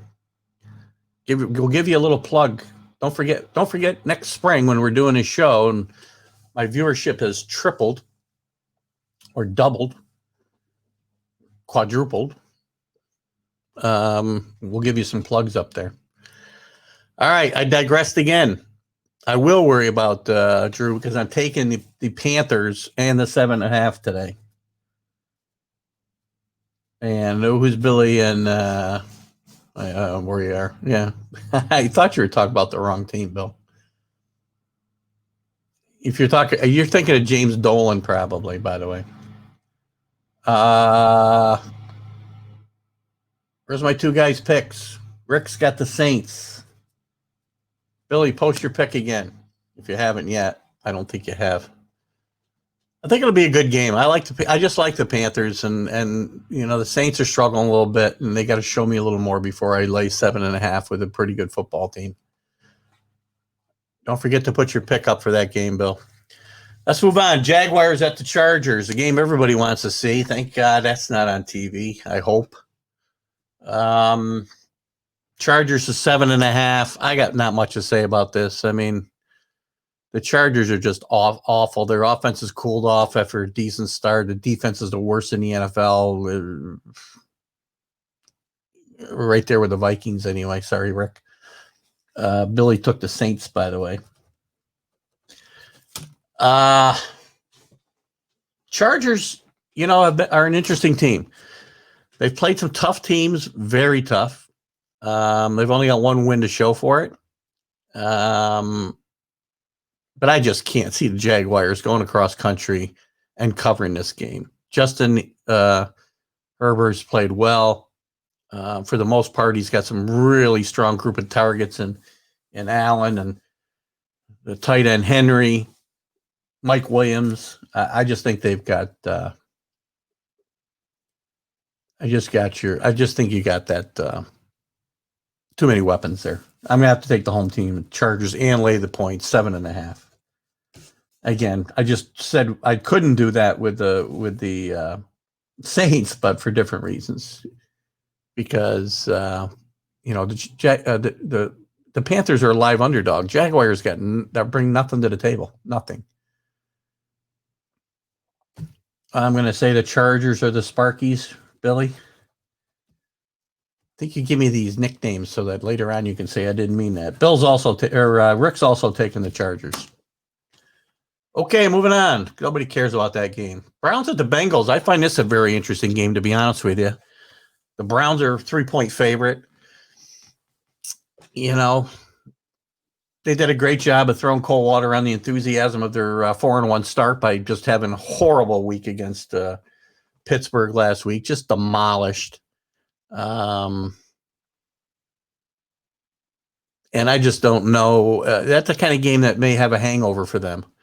The thing with going to the Bengals have been, they've won one game, but Joe Burrow's played really, really well. The Bengals have been in most of the games they played. I think, trying to think, they got beat, I think, by the Ravens badly. But other than that, they've been within a touchdown in almost all their games. Joe Burrow's playing really well for a rookie and with not a lot of talent around him.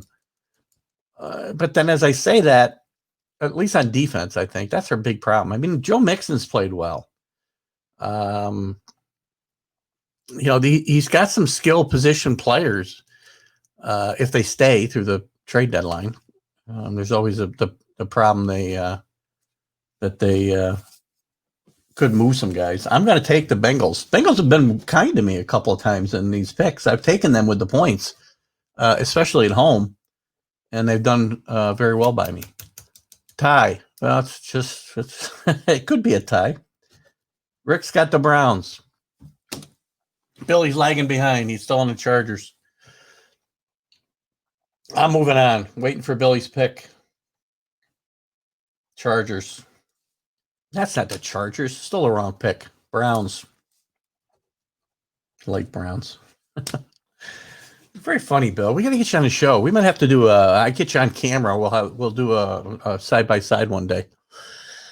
Cowboys and the Washington football team, formerly known as the Redskins. I have a hard time not calling them Redskins, and I may continue to do that. Good grief. I can't even talk when it comes to this division. It's just horrendous. But I can't see the Cowboys. This game, by the way, is a pick 'em for betting purposes today. I've seen some lines where the Redskins are actually favored at home over the Cowboys. I can't see. Again, we do have bad pass protection by the Cowboys. I do this every week. They are not that bad. They got to run the football. They got to get Ezekiel Elliott more involved. And,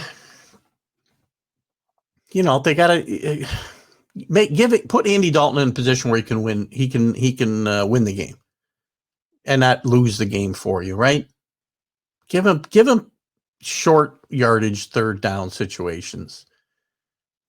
Zeke made some bad plays last week. The Arizona offense, looks like that of the Ravens, but that's not what we're going to see this week. And there's some rumblings of discord in the locker room with the Cowboys and unhappiness with Mike McCarthy and the coaches, and that's what happens when teams start to lose, especially when they're supposed to be good. The line of the Cowboy game is pick 'em, by the way, Bill. Still looking to see if I got your. Oh yeah, pick the Browns. I'm with the Cowboys all the way here. I gotta believe the Cowboys are going to get on some kind of run. Andy Dalton, Dak Prescott gives them a better chance to win games, no doubt about it.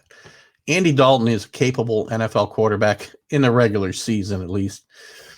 Winning a playoff game might be a different story if we get to that point with the Cowboys, but I don't think there's any reason they can't win this division with Andy Dalton and the rest of the talent there. They've got some pretty good pass catchers. You've got Zeke Elliott. If the offensive line straightens itself out, well, maybe they can make a little run here and win that division with 7 wins. Oh, God, 7 wins. It's entirely possible, guys. Maybe 5. Or I'm not 5. Maybe 6. Problem is they got to play each other, so they got to win some games, right? But if they kind of round robin those games, who the heck knows what'll happen to them? Billy's on the Redskins. But that's, by the way, you can't call them that. It's politically incorrect, Bill. They're the team formerly known as the Redskins. You can call them whatever you want on this show. Where is Rick's pick? The Cowgirls. It's amazing how some of these names stick and never go away, right? Cowgirls. Here's an exciting game at 1 o'clock on Fox. I love Matt Patricia. I really do, but that team is bad. Lions and Falcons. Teams often get a boost from firing their head coaches. The Falcons got a boost last week, got their first win. Sorry. Sorry, Rick. I was on the Vikings last week in these picks, as you know. I can't pick when it comes to wagering, and when forget about these picks, but the picks I might make to put a few dollars on. I can't pick the Falcons right. I pick them, they lose. I pick against them, they win. They're 2.5-point favorites at home here. Matt Patricia needs to keep winning to probably keep his job and not end up on the unemployment line like Dan Quinn. They've gotten a little better because DeAndre Swift has emerged as a pretty good running back, and Adrian Peterson has provided some veteran presence to that team that's helped them, I think. And they still have, Stafford is still not a horrible quarterback, so we'll see. Problem is, again, their defense doesn't play well. Another situation, this always seems to happen. These defensive coaches get to be the head coach, and they cannot coach defense anymore, and their teams don't play good defense. Happens a lot. Dan Quinn, for instance, was a defensive coach. So anyway, Falcons at home, 2.5, too many weapons. Matty Ice, Calvin Ridley's wreaking havoc, I think, today on the secondary of the Lions, and hopefully Julio Jones will be healthy. I didn't even look at the injury report too much this morning. Again, I had a couple of things I had to attend to before the show. So he wants the Cowboys, partner. You switched your pick? Let me make a change. I don't know, Bill. All right, we change your pick. I'm going Falcons in this game. I think I saw Billy with the Falcons. And, whoops, stuff flying off my desk here. And Rick with the Falcons. All right, guys. We're getting down to the wire. Monday night. Again, another interesting matchup. There's some dogs today, and there's some really good matchups, I think. Bears and the Rams. The Rams are 5.5-point favorites at home. Tomorrow night, 8:15. The Bears somehow are 5-1.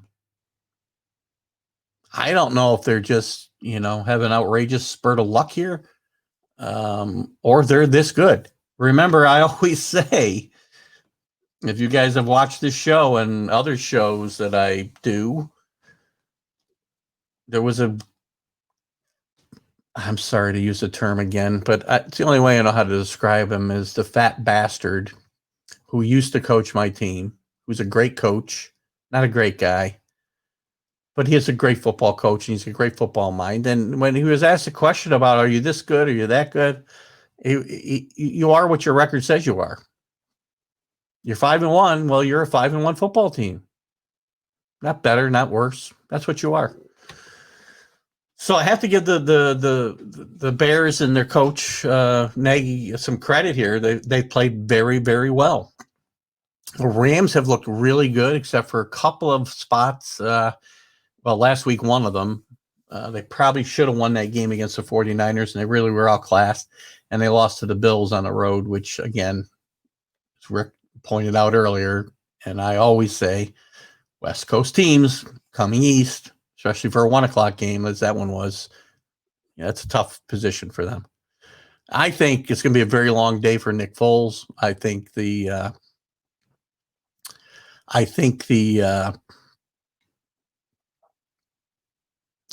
defense is going to be too good for them. I think the Rams are going to really want to rebound after this horrible showing against 49ers last week. So I'm all over the Rams here. 5.5, Bill. You're killing me. Rams for Rick. And we got one more thing to cover here, guys, so don't go away before in case you're thinking of running it off, because, Billy's already on me. Where's Billy's pick for this game? Rams? You got a question mark next to it. 5.5. Who are you taking in this game, Bill? I don't see it in the remarks anywhere. I'm going to write you down for the Rams right now. If you want to change that, let me know. So the line for Thursday night, Rick, as you know, you've been here every week. Billy, you're here every week. I usually I'll take people at their word. I expect everybody to be honest. I will tell you I lost that game. The Eagles were hold on one second. I have to go to my other thing here. Eagles were a 4.5-point favorite over the Giants. I was on the Eagles. So I'm already down one, which seems to be the case every week. I have not had a Thursday night winner, I don't think, all year. Fortunately, no money put on those games. So you guys can tell me who you would have picked in that game, Rick and Billy. Billy has proof that he liked the Giants. You make them up. No, I don't. What, the rules? What? What are you talking about?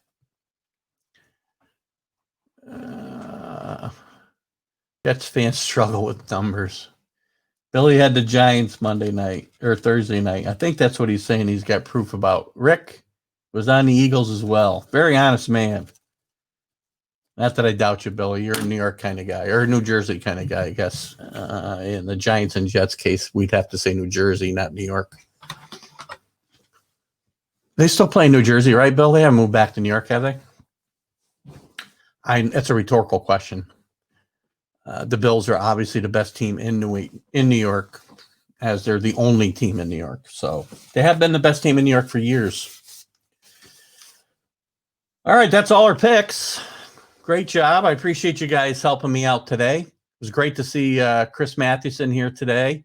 Again, if the weather gets better and you want to play some golf, go visit him at Hales Mills Golf Course. He's the golf pro there.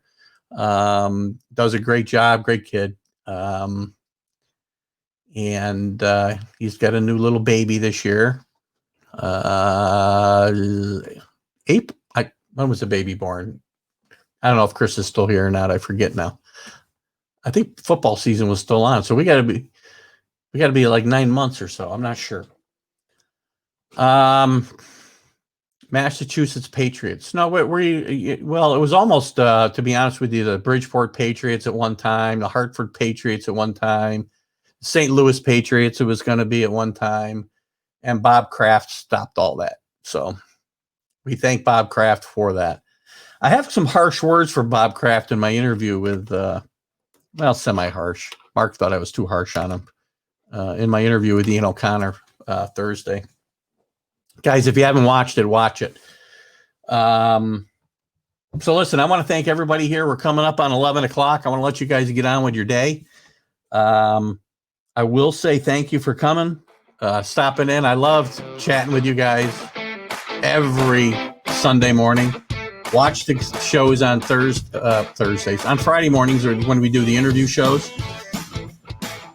I'm still thinking about adding another day. I just don't know how I can do it. I'd like to split up some of the stuff so I'm not covering 3 subjects on Sunday morning. It would help me with the groups that I posted to.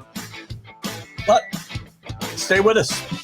Remember, Friday, Billy Martin Jr. We're going to have a great conversation about his dad, the legendary manager of the Yankees and Tigers and Twins and Rangers and A's and the Yankees, 5 times.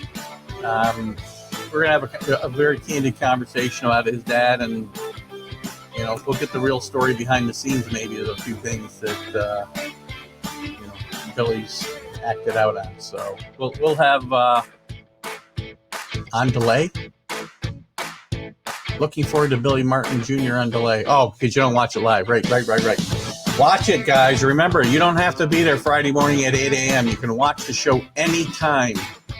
We had some share issues this week that I'm still trying to work out, so our views are down a little bit on Neil O'Connor, but they'll pop up once I get that straightened out, hopefully this weekend or tomorrow.